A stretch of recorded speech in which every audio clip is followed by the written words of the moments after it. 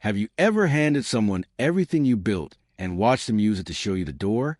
My name is Leonard Burke. I'm 64 years old, and the morning my son fired me, I had the founding certificate in my coat pocket.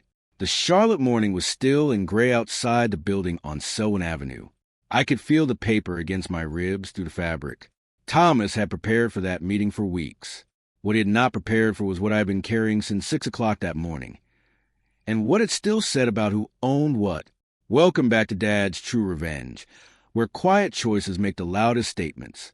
If you've ever built something quietly while others claimed it, this story is for you. Drop a comment and be sure to subscribe. You're going to love it here. My name is Leonard Burke, and I am 64 years old. I founded Burke Site Management on March 14, 2001, with $22,000 in personal savings, a leased pickup truck, and a list of general contractors in the Charlotte metro that I had spent 3 years building through cold calls made from the kitchen table on Selwyn Avenue. I made 400 calls in the first 18 months. I kept a log. Every call, every name, every result. In a spiral notebook on the corner of the same table where Carol and I ate dinner, and where Thomas did homework until he left for college. Carol and I had been married 38 years. She had been with me through the permit mornings and the equipment loans, and 11 months I deferred my salary to keep 23 people employed. She had a way of understanding the shape of a problem without requiring me to explain it, which is the rarest thing in a marriage and the thing I have been most grateful for in 38 years. Thomas was 37. He had grown up watching the company from the outside, summer jobs, site visits, the way a kid who knows he is going to inherit something watches a thing being built without quite registering the cost. He had his MBA from Wake Forest, paid for with $47,000 in company retained earnings over 2 years, while I took no salary increase and told the accountant to classify it as professional development. He had joined company full-time in 2015 and been named CEO in 2018, the year I restructured the ownership to give him operational control. I had kept 34% of the company as a non-dilutable founding stake. Margaret Holt had written that language into the 2001 Articles of Incorporation and carried it forward into every subsequent agreement, including the 2018 restructuring. The phrase she used was the same phrase she had used in 2001. Non-dilutable, non-transferable without written consent of the founding stakeholder. Thomas had been present at the 2018 signing. He had not asked what the phrase meant, and I had not volunteered an explanation, because a man who has just been given 66% of something his father built should not need to ask what the remaining 34% is protected by. I kept the founding certificate in a fireproof lockbox under the workbench in the garage on Selwyn Avenue. I had kept it there for 22 years, not as a weapon, as a record, because a lawyer once told me, early in my career when I asked why documents mattered, that the paper is a thing. The conversation and the handshake and the mutual understanding are the paper waiting to be written.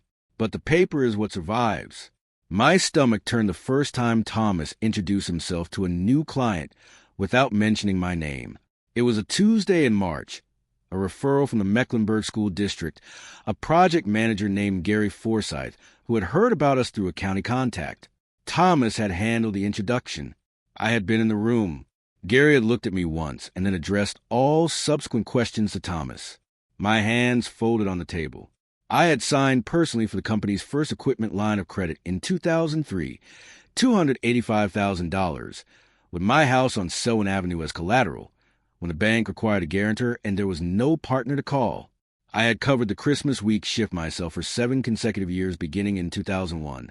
Not because I had to, but because the crew had families, and I had a thermos and a work order, and nowhere I needed to be that was more important than making sure 23 people could go home on the 23rd.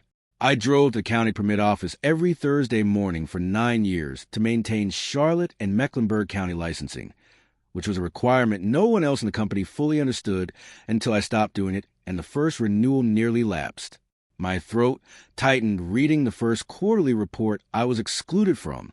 It was a PDF sent to the board distribution list, which no longer included me. Thomas's assistant had removed me sometime in late September. I noticed it when the October distribution arrived, and my name was gone. I noted the date. The meeting happened on the Tuesday after Labor Day. Thomas called at 8:06 that morning and asked if I could come in. I was already up. I had been up since 6, which was when I had gone to the garage and taken the certificate from the lockbox and folded it into my inside breast pocket. I did not know for certain what the meeting was. I had a reasonable idea. The certificate came with me the way a key comes with you when you are not sure which door you will need to open. I arrived at the building on Selwyn Avenue at 8:51. The lobby was cool and quiet. The woman at reception, whose name was Paula Sims and who had worked the front desk since 2016, said good morning without meeting my eyes. Thomas's assistant, a young man named Marcus Chun, met me at the elevator and said Thomas was ready. He did not offer coffee. Thomas was standing when I came in. The office had the same floor-to-ceiling windows it had when I leased the space in 2014, and the Charlotte morning light came through flat and pale. He was in a charcoal blazer. He looked rehearsed. He told me the board had conducted a strategic review. He said the consensus was that my involvement at the advisory level created confusion about who was actually leading the company.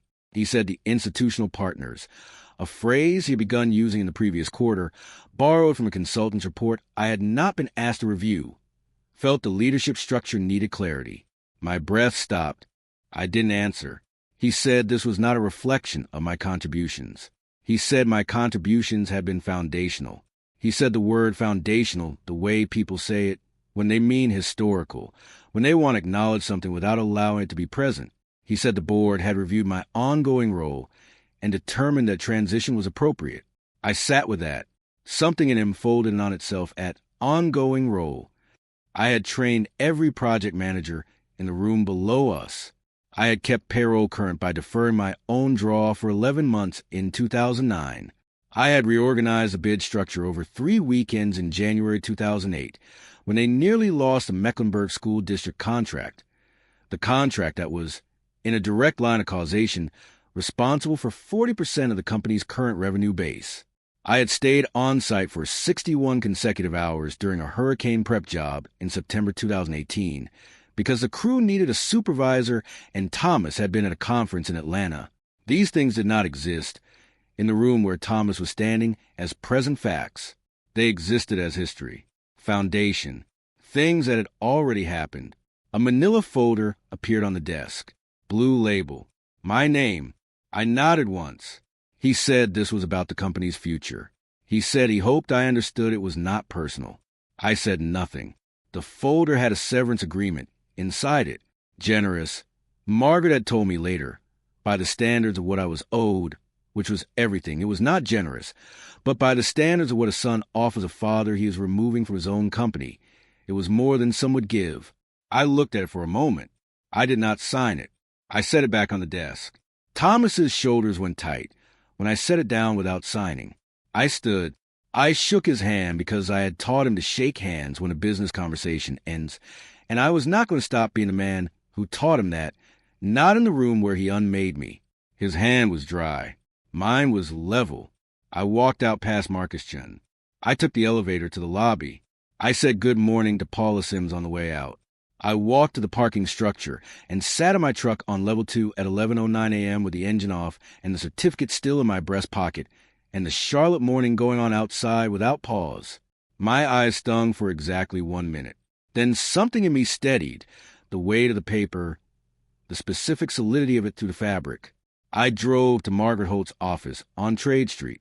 Margaret Holt had been practicing corporate and estate law in Charlotte for 24 years. She was 61 precise, with a directness that had served me well across 6 different filings and 2 restructurings. She had drafted the 2001 articles. She had written the non-dilutable clause in her own language, reviewed it at every subsequent amendment, and confirmed its continuity in the 2018 restructuring agreement that Thomas had signed. I was in her waiting room at 2:29. She brought me in at 2:44. I set the certificate on her desk. I told her what had happened. She looked at the certificate. She said, the 2018 agreement carries the same language. I verified it when Thomas filed a restructuring. She said the non-dilutable clause meant that any board action affecting company direction, personnel, or ownership required my written consent as a 34% founding stakeholder. She said the Tuesday meeting The termination of my advisory role had been executed without that consent. She said the board meeting Thomas had scheduled for Friday was subject to legal challenge if it proceeded without proper notice to me as a stakeholder. She said she would file notice of shareholder rights by end of business. She did. At 2:44 p.m. on the Tuesday after Labor Day, Margaret Holt filed formal notice with the state corporate division that Leonard Burke remained an active 34% non-dilutable stakeholder in Burke Site Management, LLC, and that personnel actions and board resolutions executed without stakeholder consent were legally contestable.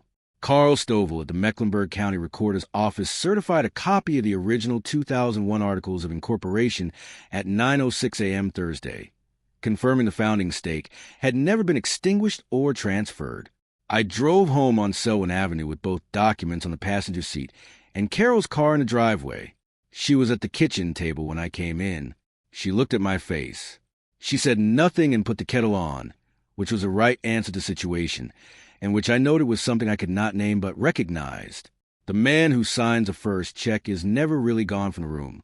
I had signed that check in 2001. I had signed every check that mattered after it. The non-dilutable clause was not a weapon I had placed. It was a fact I had recorded 22 years ago in language Margaret had chosen carefully, because she had seen enough families lose things to know that the paper is the only argument that survives a room full of people who have already decided. On Wednesday, Thomas called twice.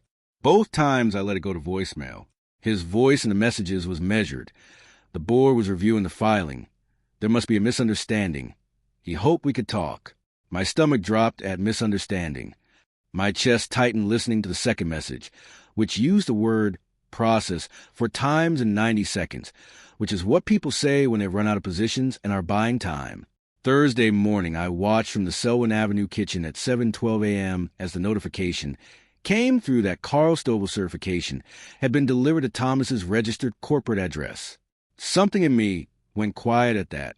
On Thursday afternoon, Judge Raymond Osei, retired Mecklenburg County Civil Court, named as neutral arbitrator in the 2001 shareholder agreement, received courtesy notification from Margaret's office per the agreement's dispute clause.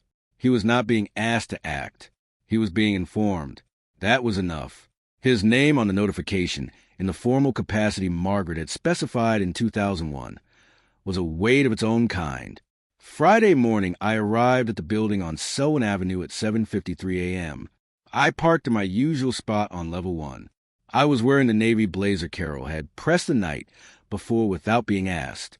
I carried the certificate in the manila envelope in my left hand, not my coat pocket. Marcus Chin was at his desk at 8:04. He looked at the envelope. He said, "Mr. Burke, I don't think you're on the agenda." "I know," I said. The board had 5 members. 3 arrived between 8:30 and 8:55. Thomas came out of his office at 9:02, saw me in the chair adjacent to the conference room, and stopped. He said, "Leonard." "Not Dad. Leonard. The board is in session," he said. "I'll wait," I said. He went back in. The door closed. I sat for 40 minutes. At 10:03, the door opened, and one of the board members, a man named Gerald Paxton, who had joined in 2020 and who I had met at 2 events, came out and asked if I would come in. I stood. I picked up the envelope. I walked in. The table was glass-topped and long. Thomas sat at the far end. 4 board members flanked him. The chairs on my side were empty. I took the center seat. Thomas said the board had reviewed the shareholder notice and had questions about the 2018 restructuring agreement. I said, "Page 4, paragraph 6. Gerald Paxton found it. He read it. He passed it to the member on his left. For a moment, nothing. I opened the envelope. I set the founding certificate flat on the table, cream-colored, single page, notarized in blue ink on March 14th, 2001. My name and the percentage clear and unambiguous. Beside it, I placed Carl Stovall's certified copy of the original articles, stamped in red. My hands were flat and still on the table. Something in me held at that moment, not triumph, not relief, something older and quieter than either. I said, the 34% was never transferred. The non-dilutable language is in the original and in every subsequent amendment, including the 2018 agreement Thomas signed. I was not given notice of this board meeting. Actions taken at this meeting affecting personnel or company direction are subject to challenge under the founding agreement. I kept my words even. I did not say anything more than the document required. Thomas's face had gone very still. His hands were flat on the table. Gerald Paxton was reading paragraph 6 a second time. Gerald said, "We need to recess." I said, "Take the time you need." I stood and moved to the window. The Charlotte skyline sat in the October morning light. The buildings I had watched go up over 20 years, some of them sites my crew had worked, the kind of city you only know from the ground level, from the permit offices and the equipment yards, and the 5 a.m. starts before anyone else arrived. I had built things in this city. I had kept crews employed through the years when the work was thin. I had carried the paper in my pocket for 22 years, and I had not needed to use it until now, which meant I had been exactly right to keep it. I did not feel like I had won something. I felt like I had simply been correct about the document, about the language, about the value of keeping things in fireproof boxes. The board recessed for 38 minutes. When they returned, Gerald Paxton read a formal statement acknowledging Leonard Burks, standing as a 34% non-dilutable founding stakeholder in Burke Site Management, LLC, and suspending all personnel actions from the previous Tuesday, pending full legal review of the restructuring agreement. Thomas did not look at me while Gerald read. I collected my documents and left at 3:38 p.m. I drove home on Selwyn Avenue with the radio off. The October light was long and pale on the Myers Park Oaks, which were older than most of the buildings in the neighborhood, which was a thing I had always appreciated about them. In the weeks that followed, Margaret negotiated a formal resolution. The Tuesday action was voided. My stakeholder status was reaffirmed in a signed board resolution on November 7th. Thomas and I did not speak for 6 weeks. When he called on a Sunday morning at 8:29, his voice was different from the boardroom voice. Quieter, more uncertain, the voice of a 37-year-old man who has arrived at the edge of something he cannot fix with a strategic review. We talked for an hour. We did not resolve everything. Some things take longer than an hour. Some things are built over years and cannot be rebuilt in a morning, but they can be started.